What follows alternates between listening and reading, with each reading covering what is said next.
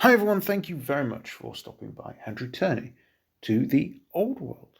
In particular, I would like to welcome you to the first of a new mini-series looking at how to play Warhammer The Old World. Now, this mini-series isn't designed to make you an absolute master player of Warhammer. It's very much designed for new players and helping you understand the basic mechanics of the game. And over the series of videos, we'll be looking at the different elements of the game, starting with unpacking different phases within the turn. I appreciate that picking up the Warhammer rulebook can be a little bit daunting. It's a very big book consisting of 352 pages, included fluff, index and stuff like that. And the rules aren't always exactly the way you'd like them to be, although there's an improvement, I think, as an aside, on Warhammer Fantasy Battle editions. So there can be a lot of skipping around. The purpose of this video and others like it is to use visualization of units moving around on the tabletop to help bring these basic mechanics together, and hope that the visualization will help players get a better understanding of how the game looks on the field. Any mistakes are entirely my own, and if you do spot anything, for those more veteran players out there, do shout in the comments down below so that we can best help new people to the game enjoy the hobby. So that being said, let us begin. Before we start looking at the actual models, we need to think about the overall structure of the turn. Warhammer The Old World is a you go, I go style game, which means one player takes all of their actions with a little bit of player interaction throughout that process, and then the other player does it. So they move their models, they shoot with things, they cast spells, etc. And the opponent really just reacts to that. Each turn is itself split into a number of phases. You have the strategy phase, the movement phase, the shooting phase, and the combat phase. Each one of these phases is again subdivided with the strict order that actions have to be taken in. Today, we're going to be looking at the strategy phase. The strategy phase begins with the start of turn subphase. And in this subphase, any special rules from your army or scenario that work at the start of your turn would activate here. Now, at the time of recording, there aren't rulebook scenarios where this has an impact, but maybe if you've got a homegrown scenario, for example, something might be happening at the start of your turn. There may also be army special rules which apply here or in the future. This is likely to be quite a quick element of the turn before we move into something a bit more substantial, the command subphase.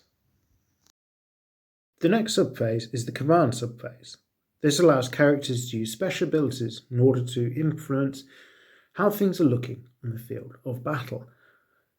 Where characters have these special abilities, it will be made very clear in the rulebook that they apply in this phase or not, depending on the circumstances. So in this example, we see here an Empire General. Nearby, there is a unit of fleeing halflings representing Empire State Troopers.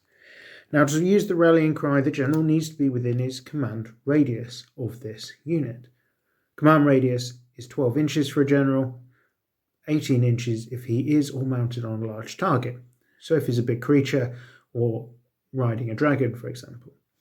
In this case, the general is only on a normal horse, giving him the usual 12 inches. And we can see that he's easily in range of the unit in question. Use of rallying cry means that the unit gets to have a roll on its leadership to see if it rallies. This is in addition to any rolls it would normally get in the rally subphase. So the unit therefore gets to make a roll against its leadership, here scoring a 7. This is enough for the unit to rally on its own leadership, let alone taking it on the leadership value of the general, who sits nearby and, as we've already determined, is easily within his command radius. The next subphase is the conjuration subphase, and this allows the wizards the opportunity to cast certain types of spell to influence play for the rest of the turn. Although spells come in a wide variety of different types, such as hexes, magic missiles, magical vortexes, etc., only enchantments and hex spells are able to be cast in this subphase of the strategy phase. To cast a spell, the wizard rolls 2d6 and adds their wizard level to that roll. They also get to add any modifiers from special rules or magic abilities they may have. If they meet the casting value of their chosen spell, the cast is successful. To note that a double 1 is always a miscast, and a separate roll needs to be made on a special table to determine what happens. A double 6 is also always successful. Enemy wizards don't just stand by and allow this to happen, however, and they can attempt to dispel the casting attempt. As with the casting wizard, they roll 2d6, adding any wizard levels and their special rules they may have access to. But in order to do so, they must be within range of the caster. So for level 3 and level 4 wizards, they can attempt to dispel something cast within 24 inches of them, and level 1 and level 2 wizards need to be within 18 inches. Again, a double 1 is always a failure, and a roll on the miscast table is required. Double 6 is successful to dispel. Even if a wizard is not available, a dispel can be attempted once per turn by the non-active army. They'll roll 2d6 but won't have any wizard levels to add to their roll. So for our example here, we see an Empire wizard. He's identified a threat posed to the lines of the Imperial army by this unit, Bretonnian mounted yeomen. The only thing available to support the wizard in his endeavours to hold off the attack is a unit of archers. Now this wizard is a level 4 Empire wizard lord, and he has taken battle magic. And before the game started, when he was rolling his spells, he picked up the Curse of Arrow Attraction. This is a hex spell with a casting value of 7+, a range of 21 inches, and means that until the start of the player's next start of turn subphase, they can re-roll any natural ones in the rolls to hit when shooting at a target enemy unit. The wizard therefore decides to use this spell on the yeoman to give the archers the best possible opportunity to shoot at them and cause damage. The first thing he needs to do is to check the range of the spell. So he has a range of 21 inches, and measuring the distance to the target unit, notes they are easily within this range. He then rolls 2d6, adding his casting value, scoring a mighty 10. Adding his wizard level of 4, this gives a roll of 14. Easily enough to cast the spell. In this example, the Bretonnians don't have any wizards nearby and decide not to use their once per turn ability to try and stop the spell being cast. They were far more worried about other spells that may be cast later in the game. The cast spell has therefore successfully gone off, with the yeoman facing the consequences when we get to the shooting phase.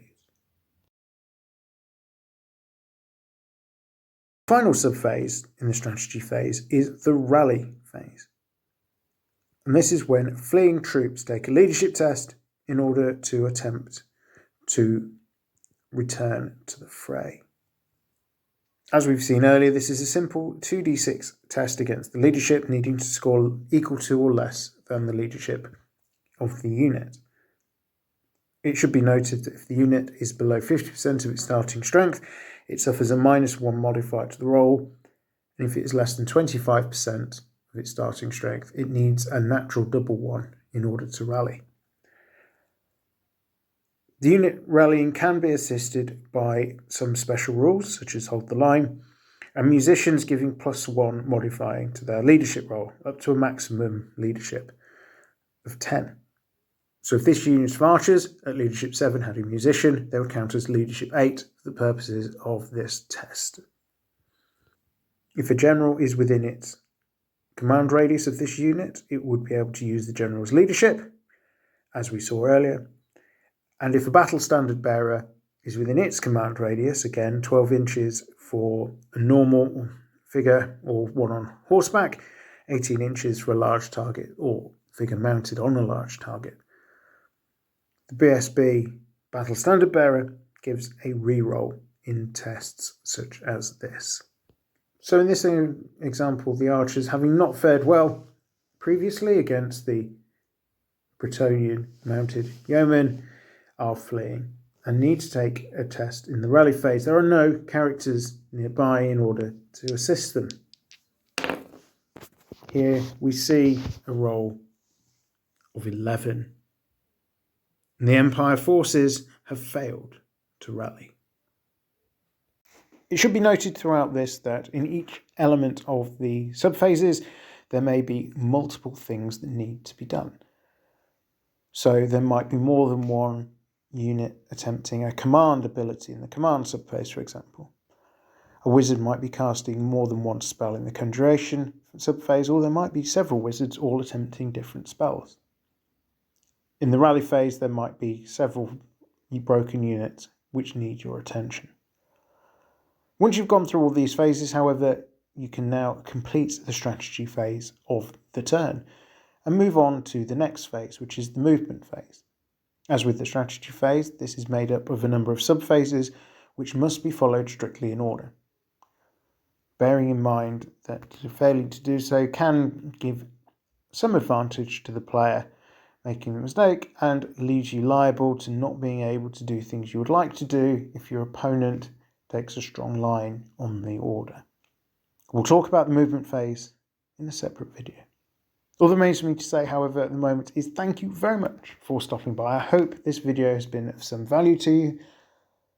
If so, do consider subscribing. It's the best way of following what's going on the channel and supporting a small channel such as this one, along with giving a few moments of your time.